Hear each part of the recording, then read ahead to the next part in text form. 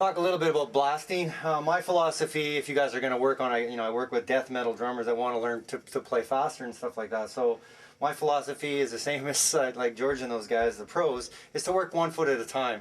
Because if you can't play 1 foot 16th notes, at half the speed that you think you're playing, your goal is 250 as everybody is.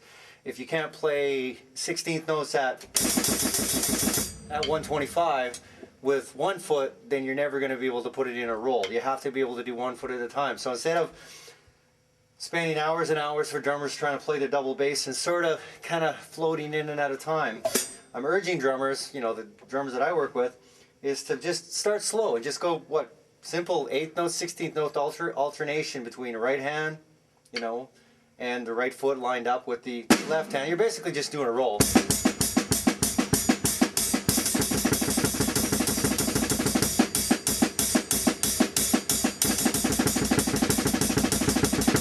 And then of course there's the triplet. Now people ask about triplets. A lot of drummers will play that and they'll play. My philosophy is if you're going to play a triplet, play it like a triplet. Nothing wrong with the other way if you want it really metal pounding in your brain and staccato. Well, you can't tell the difference if you're playing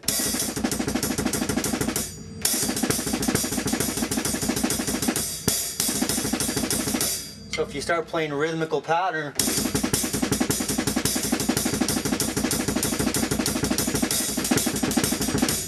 if you start accenting the triplet, it makes it a little bit more musical. So work on 1 foot at a time.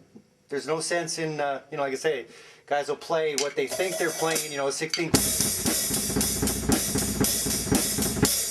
and then they try to, and sometimes it's hit and miss. Because I believe that drummers haven't spent enough time working on that in slow, because it's not just playing it, as fast as you can humanly go and not keeping an eye on the actual groove, because the whole thing is the best drummers that are out there playing, they don't play, they're getting there. You listen to the pro guys, they'll play that in your groove and you can hear if it's triplet or, and then when you get that going, the idea is you can actually start taking notes out.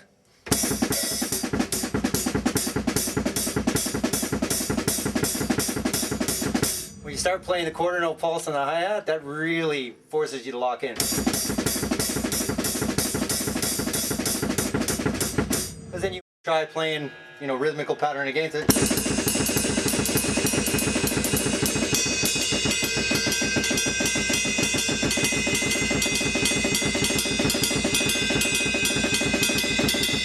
And it's like when you start playing the stuff against it, it really helps focus on the time. So if you can play stuff against, your regular blast and your roll, and it's even, it's going to make your band sound better. So like I say, you listen to the really, really top-notch drummers out there. They're like, George Callias, Derek Roddy, Tony Reno, Pete Sandoval.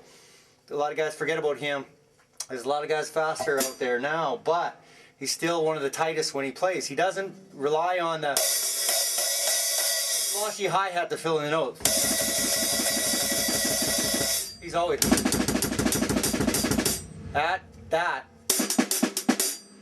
You can't make a mistake. There's no time. You can hear all the mistakes. This, I'm just filling notes.